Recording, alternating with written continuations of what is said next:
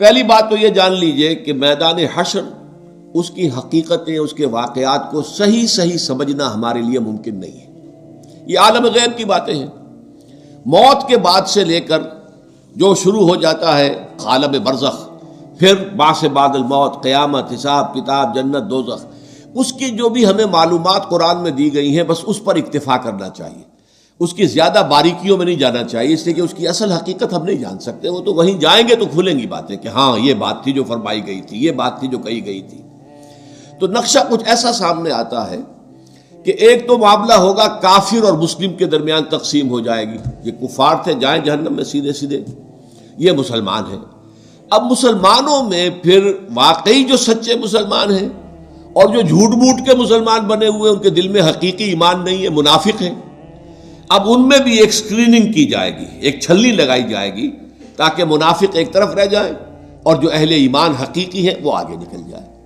یہ جو چھلنی ہے اس کو پل صراط کہتے ہیں ہم اپنی زبان میں، اور یہ صراط ایک پل ہوگا، بہت تنگ سا پل، اور اس پہ شدید اندھیرا ہوگا، اور یہ جہنم کے اوپر ہوگا، نیچے جہنم دہک رہی ہوگی اور اس کے اوپر سے یہ پل صراط ہے، اور اس اندھیرے کے اندر ظاہر بات ہے کہ ٹھوکر کھا کے گر پڑنا جہنم کے اندر، یہ بالکل قرین قیاس ہے۔ لیکن جو صاحب ایمان ہوں گے دنیا سے، جو ایمان کی اور اعمال صالحہ کی روشنی لے کر آئے تھے، ان کے دل میں سے بھی روشنی نکلے گی، اور اعمال صالحہ کا کمانے والا یہ داہنا ہاتھ ہوتا ہے، داہنی طرف سے بھی روشنی نکلے گی۔ اس روشنی کے اندر وہ پل کو دیکھتے ہوئے راستہ طے کر کے اور وہ جنت میں داخل ہو جائے گے۔ لیکن جن کے پاس وہ روشنی نہیں، نہ ایمان تھا نہ اعمال صالحہ تھے، وہ جو ہے وہ ٹھوکریں کھائیں گے، گریں گے اور جہنم میں نکل جائیں گے۔ یہ ہے جسے ہم عام اپنی زبان میں پل، تو اردو کا لفظ عربی میں تو نہیں ہے، پل صراط ہم جس کو کہتے ہیں وہ یہ ہے، اور اس کا نقشہ جو ہے دو جگہ کھینچا گیا ہے۔ اہل ایمان، دل کا ایمان ہے تو دل سامنے سے اس کی روشنی ہوگی، اور اگر داہنی طرف جو ہے اعمال صالحہ ہے تو داہنی طرف روشنی، دونوں جگہ پر۔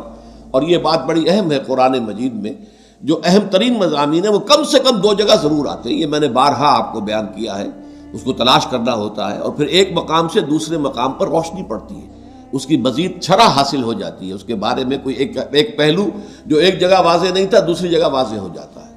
چنانچہ سورہ حدید میں واضح ہو جاتا ہے کہ یہ منافقین کو چھلنی میں اسے نکالنے کے لیے در حقیقت اللہ تعالیٰ یہ پروسیس کرے گا۔ اس کی حقیقی شکل کیا ہوگی یہ تو وہیں جا کر معلوم ہوگا، لیکن یہ کہ دو مقامات پر اس کا تذکرہ اجمالاً میں نے اس کا نقشہ آپ کے سامنے کھینچ دیا ہے۔